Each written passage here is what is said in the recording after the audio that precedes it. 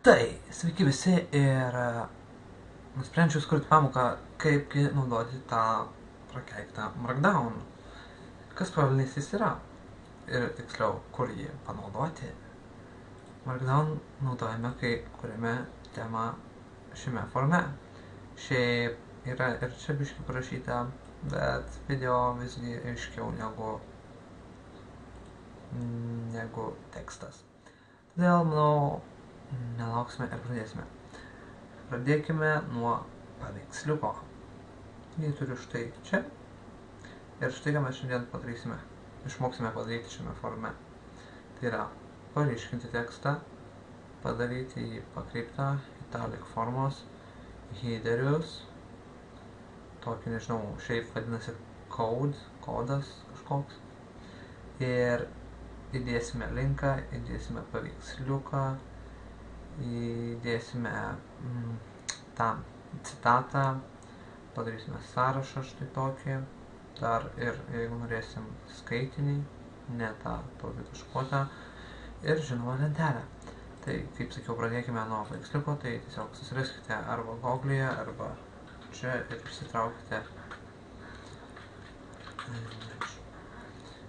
išsitraukite jo nuorodą tiesiog, o tas fainas. Tai galite padaryti čia ir copy image. Kaipgi dabar įdėti jį? Tai šauktukas, laužtiniai skliaustai tušti, galite alt parašyti, jeigu norit, bet tai tikrai nebūtina. Tuomet paprastas skliaustelis ir viduje jo nuoroda. Volia, paveiksliukas čia. Bet aš noriu šitą įdėti, kadangi čia bus tema, copy image. Nu, tai yra sukursiu temą, tai kad matytumėt, ką padariau. Kad matytumėt, ką išmoksite padaryti tiksliau. Tai va. Ir dabar paryškinkime tekstą. Tai susiraskim tą patį Lorem Ipsum. Einame į Google. Įrašome Lorem Ipsum. Ir čia bus Wikipedijoje. Daug mums teksto nereikia, užteks šitos pirmos eilutės.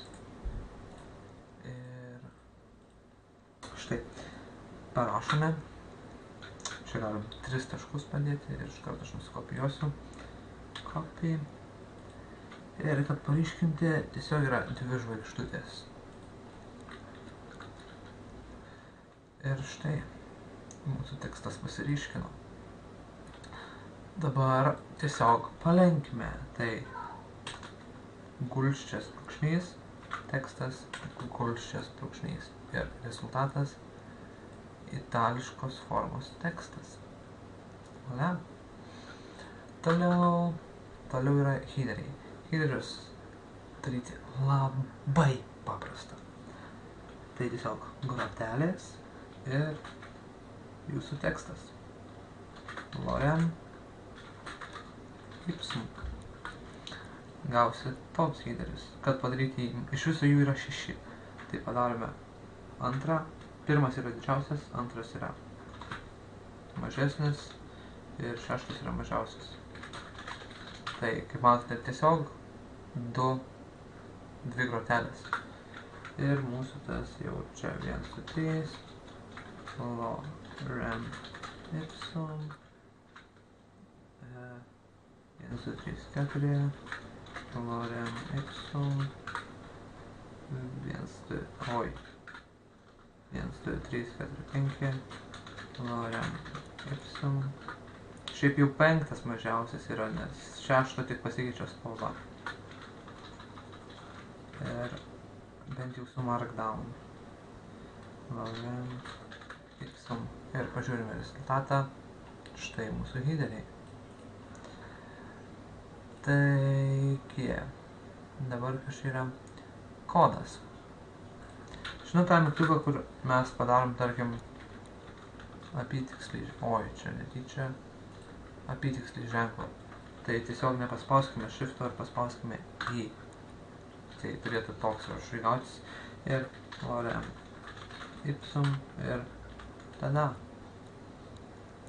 mūsų toks kaip taip galime parodyti, kaip įdėti nuorodą, nes tai bus kodas. Tai va. Paveiksliuką dėkim. Aišku, dėsim ne paprastą nuorodą, kokią Google, netikrą. Ir bus google.com. Ir matote, rodo mums tą kodą, koks jis turi būti. Bet, na ir palikime, koks skirtumas. O paveiksliuką išmokome dėti čia, viršuje. Toliau yra nuoroda. Tai nuoroda yra tai yra laužtiniuose skliaustuose tai, ką matys, ir paprastuose skliaustuose, kur nueisime paspaudžiant jos. Ir nepamirštame uždaryti. Ir štai mūsų nuoroda jau čia. Open link in new tab. Google. Dabar paveiksliuką įdėjome, tai citata. Labai paprasta, taip pat tiesiog shiftas ir taško mygtuką, gaunasi toks ženkliukas ir įsidedame tekstą. Gausi? Gausi. Norim padaryti didesnį? Padarom. Oi.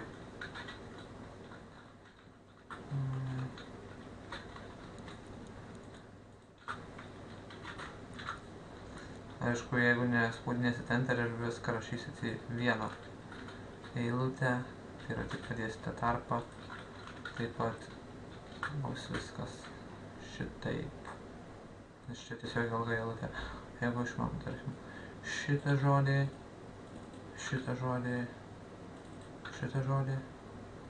jau iškart pasidaro kitaip. Bet vis tiek viskas taip yra, nes vienoje eilutėje. O jeigu padėsime čia tarpą ir mums mokomas paragrafas. Kaipgi tie paragrafai? Kas tie paragrafai? Tiesiog tekstas, padarom teksto ir du tarpai tekstas.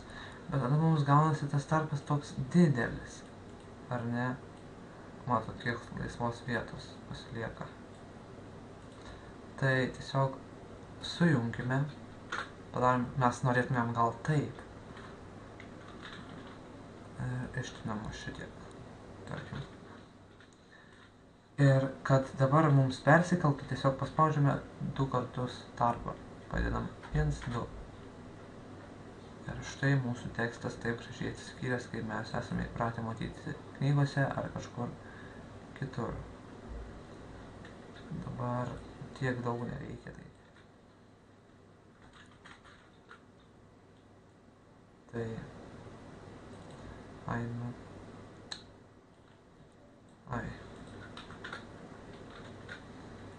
ir čia biškai nutrinam. Štai mūsų tekstas mažiukas. Kasgi dabar? Sąrašai. Sąrašus padaryti iš vis lengva. Tiesiog žvaigždutė. Tekstas. Oi, atsiprašau, man skambino. Oi. Aha, tęsiam, tikiuos daugiau nepaskambės. Tai va, grįžtam ir tekstas, taip, vėl žvaigždutė ir tekstas, ir vėl žvaigždutė ir tekstas. Ir matome sąrašas, štai toksai. Pabandom, aš nebandžiau iš tikrųjų padaryti tokio. Tekstas, 2, tekstas, 3, tekstas. Gaunasi toks taip pat, nors gausi, reikia tik, nedėsim 2 tokių vieną šalia kito, tai 2 tarpus padedam. Bet, kaip matom, tarp skaitinio didesnės skylės tarp žodžių, tai nežinau, ką jūs norėsit, tam naudosit. Na ką, beliko lentelės, jas irgi tikrai nėra sunku padaryti. Tai tiesiog tas brūkšnys stačius toksai ir jūsų tekstas. Lorem ipsum. Ipsum, kiek norit stulpelių, tiek dedat. Ir lorem ipsum. Tada. Dabar, kad pabraukti tiesiog, kad tuos viršutinius pabraukti, tai yra. Ir šiaip neveiktų to lentelė, jeigu taip nebūtų. Tai. Ir vėl, tarkim, tokias pačias tas eilutes padarykime. Copy. Oi, atsiprašau, vėl skambinu. Nu va, jau tikrai daugiau neskambins. Tai tiesiog tai padarome ir lentelė mums gavosi štai tokia. Vienas. Ai, nu padarom dar kelius. Copy. Palaukit. Ir tiesiog klijuojam dar.